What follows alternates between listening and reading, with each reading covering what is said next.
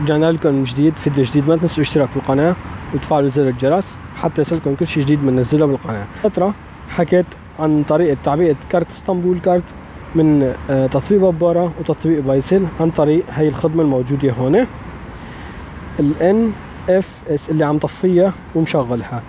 أحد الأشخاص قال لي أنا ما عندي هي الميزة، شلون بدي أعبيها في حال كانت ماكينة التعبئة بعيدة عني. اليوم جبت لكم الحل، راح تتبعوا معي هدول الخطوات حتى تعبوا الكارت لو ما عندكم هي الميزة اللي شرحت لكم عنها بفيديو سابق. أول شغلة راح نفوت لهون على اسطنبول كارت.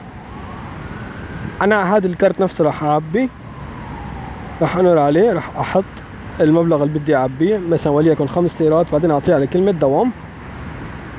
تمام، راح أعطيه هلا على أونايلا.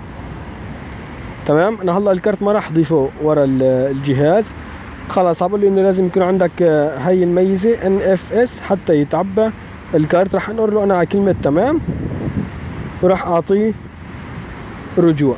قطع مني 5 ليرات لكن ما تعبت بالكارت بعد. راح أفوت على التطبيق الخاص بكارت اسطنبول، أفرجيكم إنه لسه لحد الآن ما تعبت، وأفرجيكم كيف راح نعبيها بدون هاي الخدمة.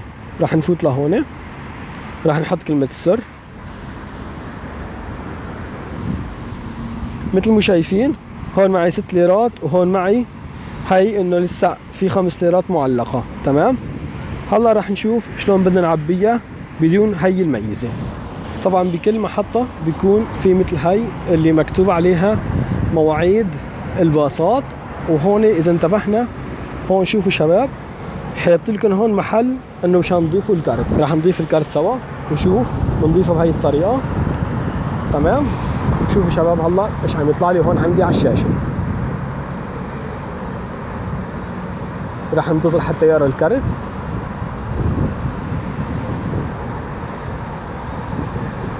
شفتوا شباب تعبى 5 ليرات صار معي 11 ليرة و 93 ليرة. طبعا بهي الطريقة بكون انا عبيت الكارت بدون هاي الخدمة الموجودة عندي.